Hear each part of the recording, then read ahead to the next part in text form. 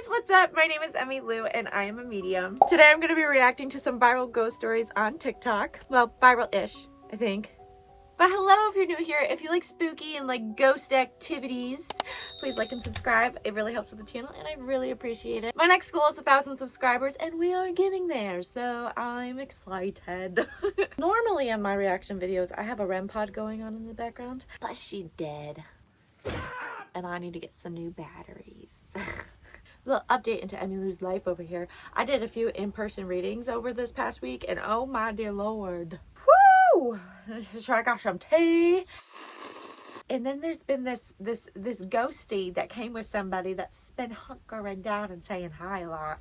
And I'm like, love ya, that's okay. But I just got a feeling that person's gonna come back. So yeah, my place has been very active. I'm really sad I don't have my REM pod going on today. But that's okay. We're still gonna have fun. Go get yourself a snack. Go get like some popcorn. Or, oh my god, I would love popcorn right now. Anyways, go get yourself a snack and a drink and come watch some ghost stories with me. You can pause right about now. And then we're gonna start watching. Okay, so in my house growing up, my childhood bedroom was attached to the attic. It was in my closet and there was like this little wooden door on the other side behind my clothes, and when you opened it, you couldn't actually see into the attic. You could only see up the stairs that would take you to the attic. So I never messed with it. I just left it alone. I was like, I don't want to, this is too much. So I would barricade it. I would just leave the escape ladder for a fire in front of it, so I knew that if it was opened, I would hear it. And for a very long time, I always felt like there was a presence in my room. I didn't really know what was going on. It never felt like I was truly alone, and I was an only child of only children. So like, your girl was alone all the time. And I eventually moved my room around to the point where I had this little desk that was like a triangle style desk, so it went straight into the corner.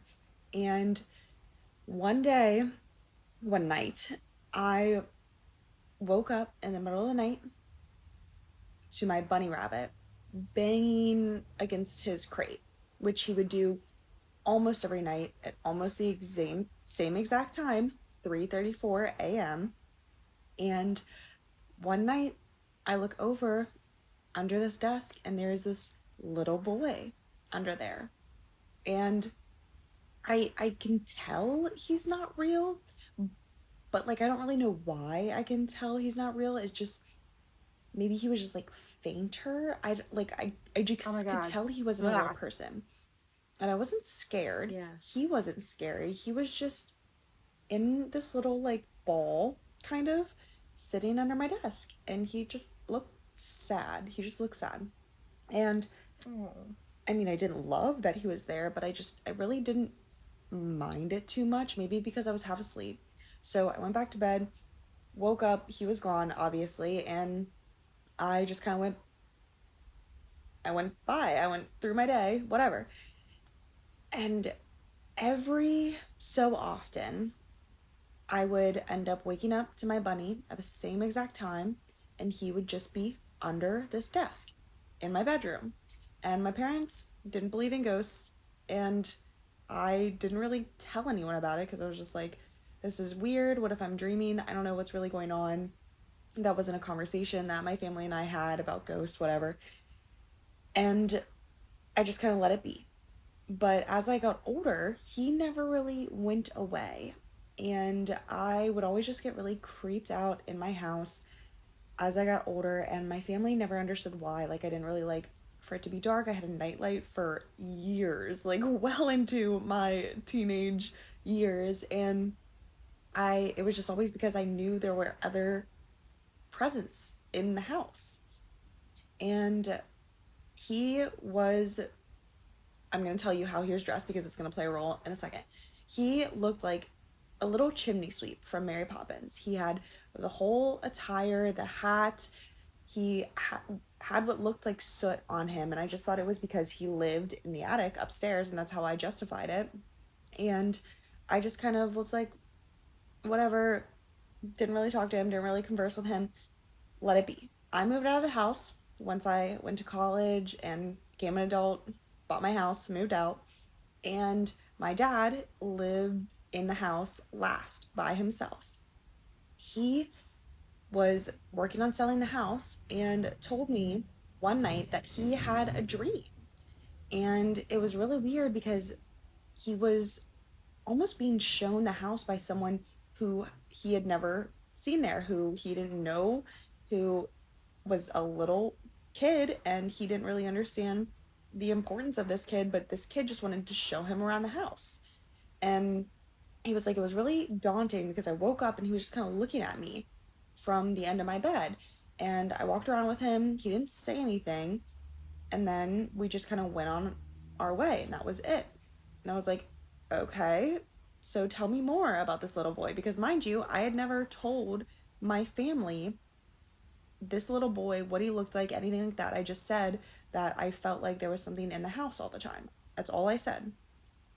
And he proceeds to tell me that it looks like he has like suspenders on, and like he's from like early 20s, mid or not early 20s, early 1900s, mid 1900s, and that he was like kind of dirty. And I was like, "Oh, that's super interesting. Is there any chance he was wearing like a little hat like a chimney sweep would?" And he goes, "Yeah, it kind of did look like one of those hats." And I was like, "Interesting. Okay." And was he like almost covered in soot, like maybe he was a chimney sweep? And he goes, "Yeah, he was pretty dirty." And I was like, "That's really interesting." And this was a boy, right? Like he was probably like 8, 9.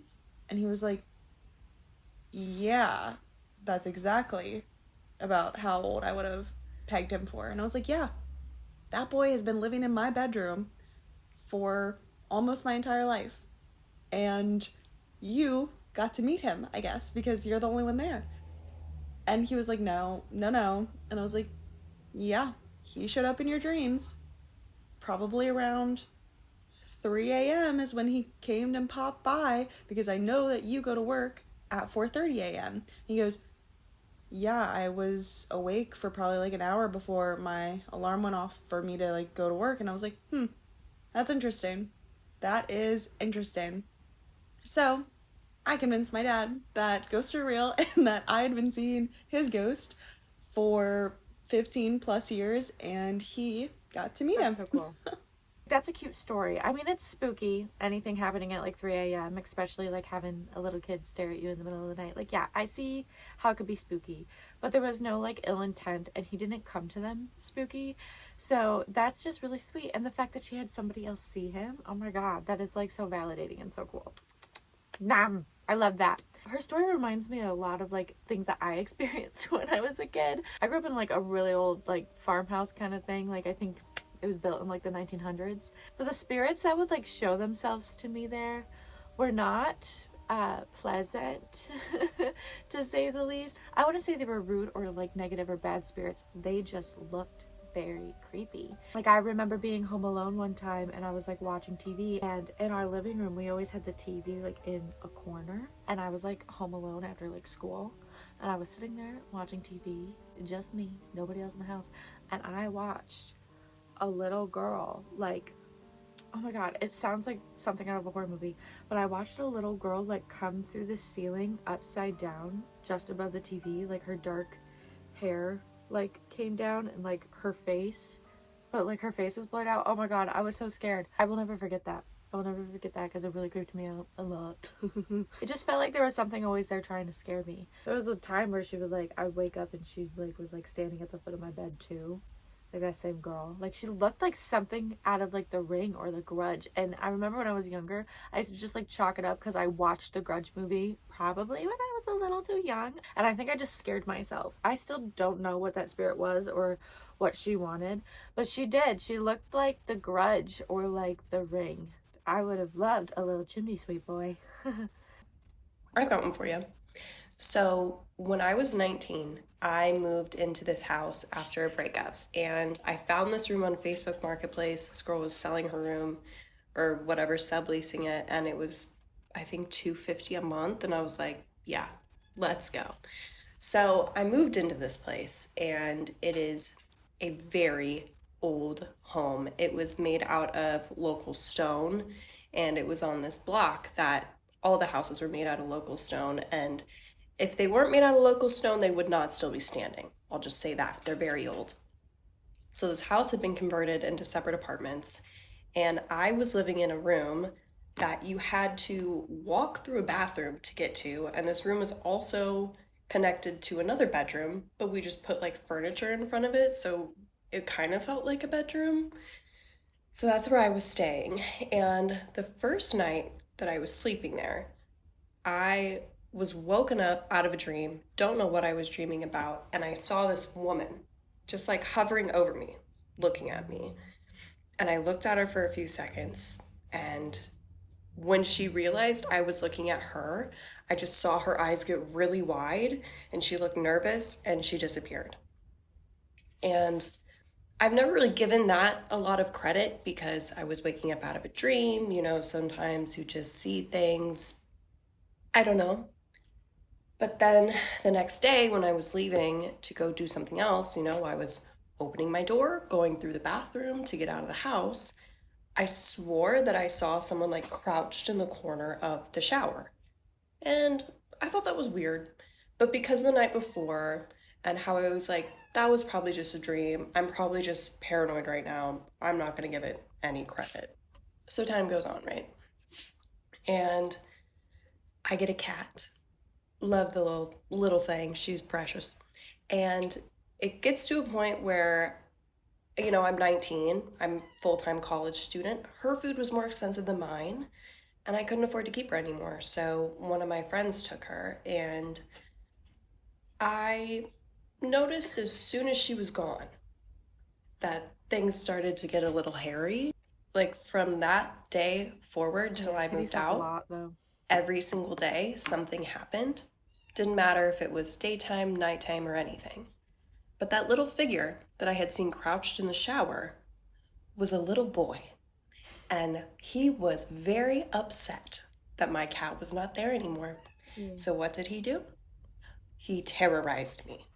Like, it got to the point where I had to rearrange my room so when I would wake up and roll over in the middle of the night, I wouldn't see him because he would stand in the corner where I had my cat's stuff as if like protesting that she was gone.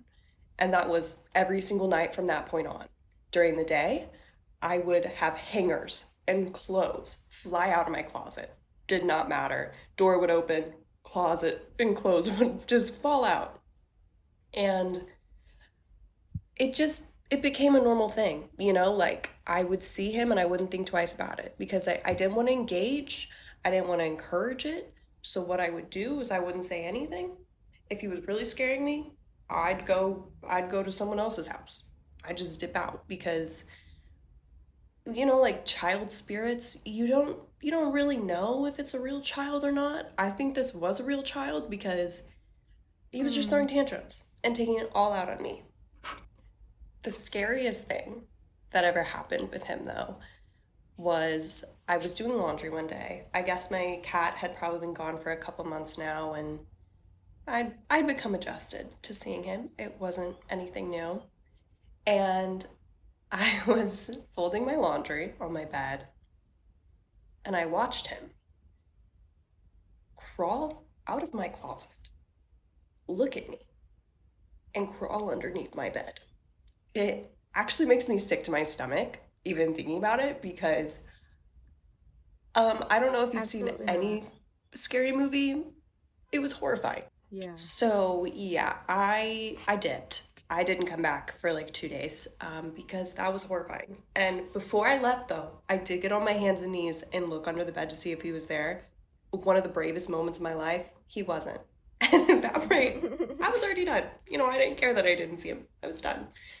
So, I mean, my laundry was clean. It didn't matter. I dipped. And from that point on, it never got that bad again. But he was almost always in the shower when I would be leaving. And the way that our bathroom was set up, like the mirror faced the shower, and there would be times where like I would be getting ready. I'm crying. I would be getting ready and Poor I would kitty. see his little stinking head pop up in the mirror. And I had to start sleeping with a face mask because I would roll over in the middle of the night and he would either be in the corner of my cat's stuff or he would be at the end of my bed or he'd be in another corner. Like it was something straight out of Insidious. And I'd say that's one of the worst ghost stories I have at that house, definitely, because I never saw that woman again. There was one figure I kept seeing in the kitchen, but I never saw their face. They only stood with their back to me. So, you know, I think our timelines were just crossing or something. But no one else in the house that lived there ever had any encounters that I know of. And yeah, so that's how I was terrorized by a little child, ghost, spirit, for having to get rid of a cat, for being poor, essentially. That one's a little spooky. Also, I don't understand why people think little child spirits are demons. Like, where did that originate from? Okay, so like, fun fact about me, most of the time the spirits that connect with me are normally children. I don't know if I give a mommy vibe or something. I have never once ever thought a child spirit ghost was a demon or something negative. And I don't know where that comes from. I think people just get a little too scared over things, you know, and they like chalk things up to be something that it's not. But in my opinion, most of the time, if people think it's a demon and it's scary, it usually is something completely opposite of that. And you're judgy. No offense. I mean, maybe not. These are just from my experiences. I do not have all the answers. These are my soul beliefs. If you don't believe in that, you don't have to. I'm just sharing to share. Literally gave me chills and still freaks me out to this day. When I was younger, my family had Korean exchange students that lived in our house, and one of the students shared a room with me, so we had a bunk bed, and she took the bottom and I took the top. And during this time, my dad had removed all of the doors to all the rooms in our basement because we were getting new carpet. And so I wanted a little bit more privacy. So for Christmas, my grandma gifted me some door beads, but they didn't come to the floor all the way. They were about a foot off of the floor. And my sister Callie would always come in and just steal my clothes, my makeup, whatever she wanted to use. And I was a pretty light sleeper, so she would slide under the door beads to come in the That's so morning funny. before school and to not wake me up. There was one particular night where my exchange student was visiting her uncle in another state for Thanksgiving, so I was alone in my room. It was nighttime, everybody was in bed, and it was dark, and I heard my door beads. So I looked over and I see what looks like my sister, just like her silhouette, and she's got long, curly hair, and she was crawling on all fours with her hair, and her hair was like hanging in front of her face, and she was crawling on all fours, sliding under the door beads, and I could see the door beads like hitting against her back as she slid. Okay, pause real quick. What she just described is like what I described earlier in this video. Little girl Emmy is not happy right now. Listen, that spirit terrorized me as a kid. Why'd I bring it up? And then this. No. Under. And once she got under, she like hurried to the end of my bed where the closet was at the foot of my bed. So I was thinking to myself, like, oh, I caught her in the act this time. I'm going to totally tell her that I knew she was stealing my clothes. So I snuck to the edge, to the end of the bunk bed. And I just like, wow, like tried to scare her. And when I looked over the end of my bed, there was nobody there. So I just started screaming, and then my sister ended up running down the hall, and she came in and turned on my light, and she's like, what? And I was just like, you have, and I just freaked out and told her what had happened. But that was one time that was super, super creepy. Yeah, no thank you. No freaking thank you. That is absolutely terrifying. I can totally sympathize. I got a lot of bruises from running up my stairs and falling down them because of that thing. Alrighty guys, well thank you so much for watching with me. I love watching ghost stories and hearing other people's experiences. I feel like these videos are very similar to things that I've experienced personally, so that was really fun. I love that. Anyways, if you like this kind of content, please like and subscribe. It really helps out my channel. And I'm sending all the positive love and light energy to you guys. And yeah, I love you guys. Bye.